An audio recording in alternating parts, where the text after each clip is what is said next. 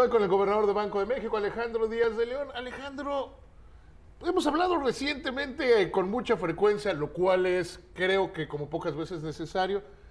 Sin embargo, cada que hablamos la situación parece que se complica.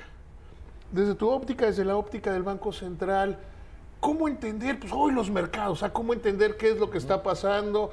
Y este febrero, así como diría el dicho popular, febrero loco y marzo otro poco, porque se ha venido complicado esta semana, ha ido cada vez peor.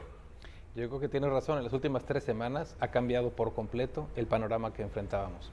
Yo creo que no hay duda que estamos enfrentando un choque global sin precedentes. No hay un punto, un referente o un episodio similar del cual se puedan extrapolar pues tanto la trayectoria que pueden seguir las cosas o cuál pueden ser algunas de las acciones que se deben de tomar. Por ello destacaría que tenemos una comunicación muy estrecha entre las autoridades financieras, el Banco de México con la Secretaría de Hacienda. Se ve con las acciones que hemos tomado esta semana. El lunes se decidió ampliar el programa de coberturas cambiarias que tiene el Banco de México para subastarlas a través de la Comisión de Cambios. El día de hoy, también en una sesión de la Comisión de Cambios, se aprueba pues realmente hacer una subasta de $2,000 millones. También la Secretaría de Hacienda y el Banco de México como agente financiero se van a hacer una permuta para sustituir valores gubernamentales a tasa fija de 2 y más plazo por instrumentos CETES a 1 año e instrumentos revisables, que es los bondes de... Son acciones que contribuyen a que el mercado funcione mejor. Lo que hemos visto... A ver, yo te preguntaría, sí, ¿qué es lo que buscan estas acciones? Porque seguimos viendo de misil para salvar al peso, o sea, ¿qué buscan esta coordinación de la Secretaría de Hacienda y de Banco de México? ¿Qué buscan con todas estas acciones que en el mercado funcionan, pero creo que no están siendo suficientemente entendidas? Yo creo que es muy claro que el choque global es muy significativo. No hay más que ver pues, la caída en las bolsas en todas las economías avanzadas, en Estados Unidos, sin precedente y de manera consecutiva. Yo creo que algunas de las acciones que se han tomado en algunas economías avanzadas también han dado lugar a esta pues, mayor incertidumbre respecto a la dinámica epidemiológica que puede tener. Ahora también se agravó con la decisión de los principales países productores de crudo, que no llegaron a un acuerdo y que desataron una guerra de precios que puede incrementar la incertidumbre en los mercados financieros. Las acciones que tomamos lo que buscan es, en un entorno de incertidumbre, en primer lugar, estar muy coordinados para tratar de monitorear qué es lo que se puede necesitar, no necesariamente para controlar la dinámica, porque los precios se tendrán que ajustar a lo que se tengan que ajustar, pero sí para que se haga de la manera más ordenada posible y que se haga con un proceso pues, lo más eficiente posible. A veces esto se puede lograr o a veces la incertidumbre que domina los mercados puede ser mayor, pero claramente la intención que tenemos es monitorear, estar presente y tratar de tomar las decisiones que se necesitan.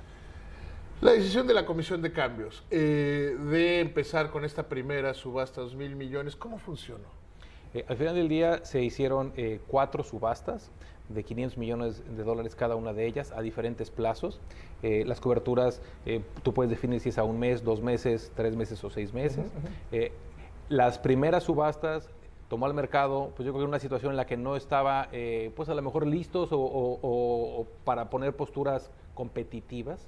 Se declararon desiertas las primeras 2, se asignaron en la segunda, en la tercera y en la cuarta. Y creo que esto refleja pues un proceso a lo mejor de aprendizaje de los propios participantes, de que no vamos a vender esas coberturas al precio que sea. Yo creo que esto también ilustra que no necesariamente había una demanda muy importante por cobertura, sino que mucho del movimiento de precios pues, puede estar reflejando cuestiones globales y más de estos nuevos algoritmos que intervienen en los mercados cambiarios. ¿Cómo entender, cómo actuar desde el Banco Central en esta parte, que es una moneda muy líquida, una moneda de cobertura el peso, y que mucho de lo que pasa con él no tiene que ver con la economía mexicana? ¿Cómo se actúa ahí?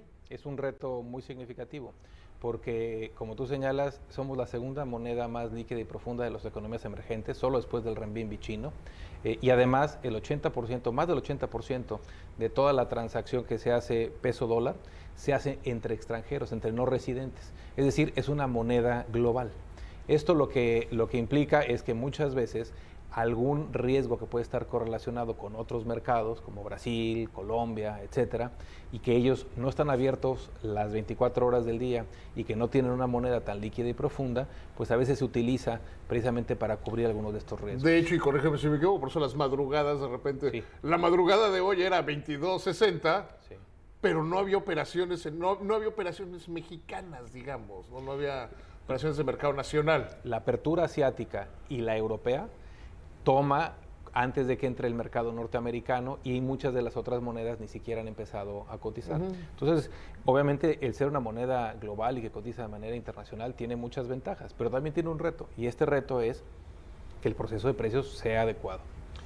Ahora, en este que son el agente del gobierno, en estas permutas, ¿por qué esta permuta? ¿Qué es lo que busca, qué es lo que se busca con la permuta? De alguna u otra manera, esta situación de ajuste de portafolio, lo que estamos viendo es, tanto en mercados avanzados como emergentes, una búsqueda de una salida de activos con riesgo e ir a activos de menor riesgo. La caída en las bolsas que ajusta flujos y que se van a bonos de las economías más estables. En el caso de los países emergentes, salidas de algunos mercados para irse a activos de refugio. En el caso de la curva, lo que hemos visto es que las tasas de largo plazo han tenido un comportamiento muy errático y con poca liquidez. La permuta que se va a celebrar el día de mañana por 40,000 millones hasta 40,000 millones de pesos, lo que va a permitir es que algunos intermediarios o inversionistas que tienen riesgo a tasa fija y que lo quieran llevar a tasa revisable, que no tiene el riesgo de duración, de que si suben las tasas puede caer el precio del título, lo van a poder hacer. Es decir, sin tener que vender su posición en el mercado y presionar más una dinámica que de por sí es complicada y difícil, van a poder sustituir por un instrumento que no tiene riesgo de tasa de interés. Si entiendo bien, todas las decisiones, la coordinación de la Secretaría de Hacienda con ustedes, busca darle tiempo a la gente para que tome decisiones correctas. ¿Está funcionando? ¿Qué más se tendría que hacer? ¿O qué más desde tu perspectiva hace falta para que ante una tremenda incertidumbre contra... Pues la gran pregunta es ¿qué va a pasar? Nadie sabe. ¿Cuánto va a durar? Nadie sabe. Nadie sabe. O sea, ¿cómo aguantar nadie sabe y cómo darle tiempo a los agentes económicos para que no haya corridas de pánico, para que no haya decisiones, pues decisiones como de Armagedón, ¿no? Yo creo que, como tú señalas, estamos viviendo una situación inédita en lo global. Y destacaría que en lo nacional tenemos elementos que nos ayudan a que esto se haga con más orden. En particular la estabilidad macroeconómica, y tiene 3 pilares. La política monetaria enfocada en mantener una inflación baja y estable. Las finanzas públicas que deben ser sostenibles en todo momento. Y la fortaleza del sistema financiero y la solvencia del sistema financiero y capaz de enfrentar choques son claves. Estos elementos nos van a ayudar a sobrellevar este proceso. El proceso ha sido complicado, hemos visto mucha volatilidad en los mercados, pero al final del día estos efectos de corto plazo y de alto movimiento en los precios irá cediendo en la medida en la que podamos tener un poco más de certeza sobre la evolución de esta incertidumbre. ¿Qué le explicarías a la gente que dice, es que esto ya es pánico, ya hay que correr, ya se va a acabar el mundo? ¿Qué decirle? O sea, más allá del mensaje y de las acciones concretas. Yo creo que tenemos que hacer lo que nos toca. Tenemos que ser muy atentos, muy responsables y seguir al pie de la letra las recomendaciones de la Secretaría de Salud cuando indiquen qué tipo de actividad es conveniente y cuál no. Seguir al pie de la letra las instrucciones. Hemos tenido tiempo para ir preparando algunos mecanismos. La continuidad operativa, y precisamente aquí en la convención bancaria, es muy importante. Y yo creo que todos en nuestros hogares, en nuestros lugares de trabajo, tenemos que ser responsables, prudentes, atentos a las indicaciones, y si nos apegamos a esos puntos a seguir, nos va a ir mejor. Querido Alejandro, te agradezco, de verdad te agradezco muchísimo esta plática. Siempre un gusto, David.